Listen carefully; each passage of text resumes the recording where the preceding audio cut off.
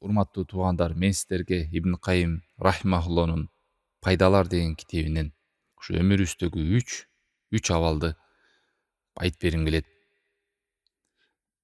Эгерде кайсы бир адам Аллахка жакындоону бейишине чарчабастан, кыйналбастан, машакатсыз жакындоонун жолу барбы? Эң кыска жол кайсы деп сурай турган болсо, бул эки убакыттын ортосундагы убакыт да. Бул кандай убакыт? Эки убакыт бар экен. Анын ортосунда дагы бир убакыт бар экен десе, бул сенин өмүрүң, сенин азыркы убакытың деген экен. Ал эми эки убакыт деген кайсы? Бири өтүп кеткен убакыт, бири келечекте келаткан убакыт. Мына ошол эки убакыттын ортосундагы абал бул өтүп жаткан азыркы учуруң. Мисалы, бир убакыт болсо өтүп кеткен убакыт.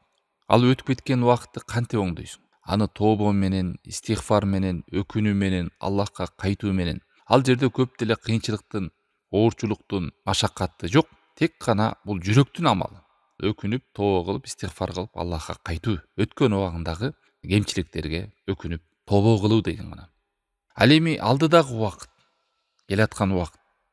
Келаткан убакытка жаман ниеттерден сак болуу, тыйылуу, балким жаман кадамдардан тыйылуу өзү бир рахат. Бул дагы бир чоң денеге оор келе турган нерсе эмес, бул дагы жүрөк, ниет, бекем бел байлоо деген. Жүрөктү жакшылыкка арноо, жүрөгүңө эс алат, денеңе эс алат.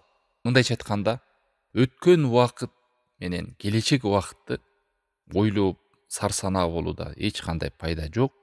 Өткөн убакытты тобо истигфар менен камтысаңыз, ал эми келечекте ишти жакшы ниет, жакшы ой, жүрөктү байлап, ниетти түздөө гана.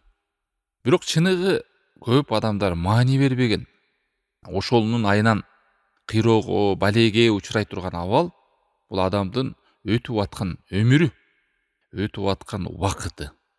Мына ушул эки убакыттын ортосундагы убакыт деген ушул адамдын бактылуулугун байлайт же бактысыздыгына себеп болот. Чыныгы неемат, чыныгы адамдын колдоно турган абалы ушул. Ушул нерсе көп адамдарга мындай бир напсисине оорчулук алып келет. Өткөн убакыт эмес, же келечек убакыт эмес, өтүп аткан убакыты. Мына өтүп аткан учурда пайдалуу болуп атабы убакытың? Эң зарыл иш менен алек болуп атасыңбы? Бактыңа карай багытты улантып атасыңбы? Ушул нерседе адамдар ар кандай болушат. Аллах таалам Куранда айткандай, айяму аль-халия, бейиш кирген адамдарды мактап, силер себеби бош убактыңарды туура пайдаланыңар деген чакырыктар бар да. Мына ошол адамдын чыныгы бош убакыты бул өтүп аткан учуру. Келечек эмес, өткөн убак эмес. Ошол убакыты.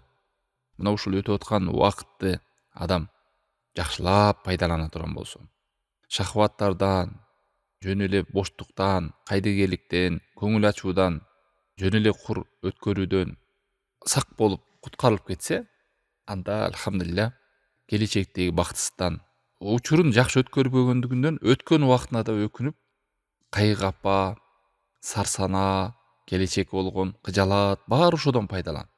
Ал эми адам өтүп аткан убактын жакшы өткөрсө, өткөнүн истигфар тобо менен эстеп, келечегин Аллахка тапшырып, мындай жүрөккө рахат, бактылуулук келет.